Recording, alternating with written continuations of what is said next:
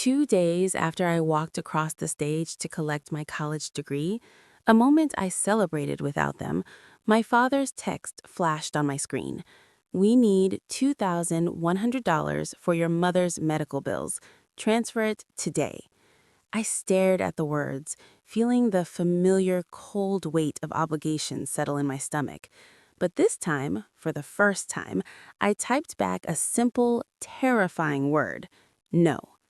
Within minutes, his response was a verbal escalation. "We're calling the police. You're being ungrateful and abusive." I didn't believe he would until the knock came at my apartment door and a police officer stood on my threshold. That's the moment I realized my own parents had weaponized a system meant to protect people against their own child. My name is Rebecca. I'm 23, a recent marketing graduate, and an only child in an immigrant family. My parents came from Southeast Asia with nothing, and my entire upbringing was framed as a ledger. Their sacrifice was the principal, my existence the accumulating interest. Education wasn't a gift, it was a debt I owed, payable in perfect grades, flawless obedience, and, as I was now learning, in cash. I had spent the last few years creating a careful distance, building an independent life with my entry-level agency job, my shared apartment, and a modest emergency fund. I wasn't ungrateful, I was exhausted, and I was finally learning to protect myself. My graduation was supposed to be a line in that ledger finally settled. I had sent all the details weeks in advance. On the morning of, I texted again. "See you at 2 p.m. I'm so excited." There was no reply. As I walked across the stage, my eyes desperately scanned the crowd for their faces. They weren't there. The crushing absence was a physical ache. Later, my grandmother called with the excuse, "Your mother said she was too tired from work." Too tired for the culmination of the very education they'd supposedly sacrificed everything for. That evening, a hollow text from my father arrived. "Congratulations on graduating. We're proud." It felt like a form letter. When I expressed my hurt, the tone shifted instantly. "We have bigger problem," he wrote. "Your mother needs surgery. Medical bills are piling up." In a heartbeat, my milestone was erased and my role was reassigned from daughter to ATM. The demand was precise: $2,100 by the end of the week. I tried to engage reasonably, asking for details about the surgery and costs, suggesting we talk. My questions were met with fury. "You're being selfish." I called my aunt, my mother's sister, for clarity. She was reluctantly honest. The surgery was elective, not urgent, and my parents had chosen a costly private hospital over affordable public options. They weren't asking me to save a life, they were asking me to fund a premium choice. When my father found out I'd spoken to her, he was incensed. "You don't trust us." The script then flipped to my weeping mother. "If you loved us, you'd help us," she cried, invoking the mantra of my childhood. "We sacrificed everything for your education." The guilt was a well-worn tool, but for the first time, I could see the manipulation behind the tears. "I love you," I told her, my voice steady, "but I can't solve this alone. I just graduated. I have my own loans." To them, this wasn't a statement of fact, it was an act of betrayal. The family group chat ignited with condemnations from aunts and uncles. "Rebecca is so selfish. Some people forget where they come from." I was being tried and convicted in the court of family opinion without ever being heard. Then came the nuclear option, a call from an unknown number. "This is Officer Davies. We received a report about potential financial abuse. Your parents claim you're refusing to provide necessary funds for your mother's medical care." The floor dropped out of my under. My own parents had translated my no into a criminal allegation. The officer was professional, even sympathetic as I explained, but the precedent was set.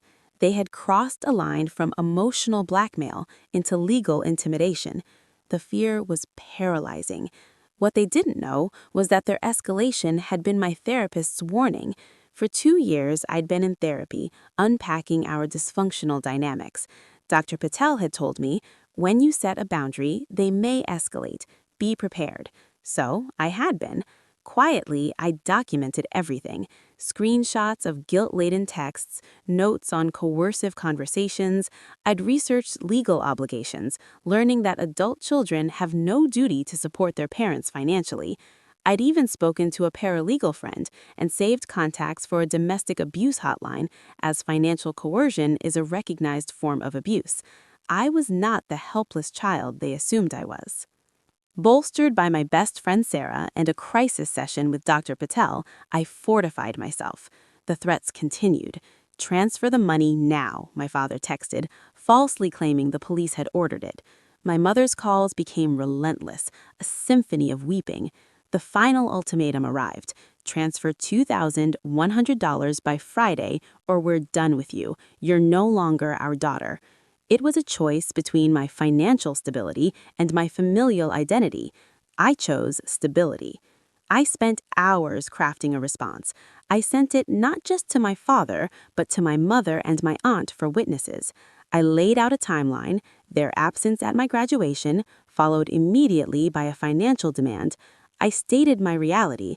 I had $3,000 in total savings, $2,000 of which was my untouchable emergency fund. I named their behavior: coercion, not care. I cited the legal reality: I had no obligation, and filing a false police report was itself a crime.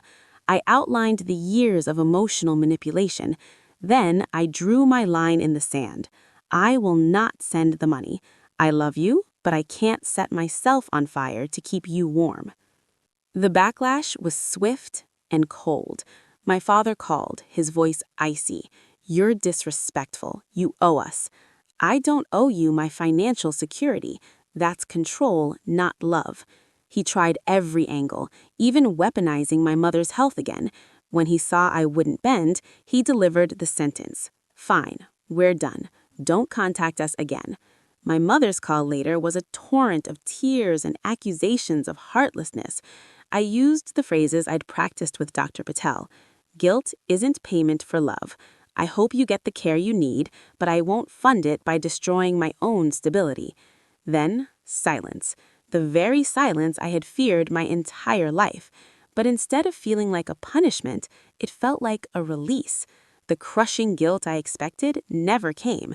In its place was a profound, if aching, relief. The police never followed up.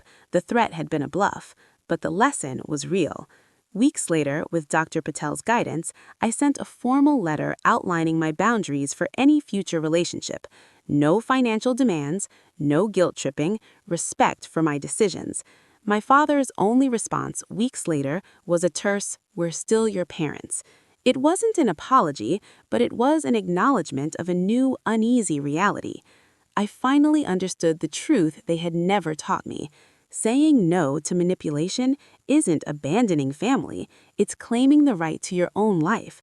Their attempt to use the police to scare me into submission didn't break me. It broke the last illusion I had about our relationship. I walked away from that confrontation not as a bad daughter, but as a free woman. The cost was their approval. The reward was my peace. And for the first time, the ledger was balanced on my terms.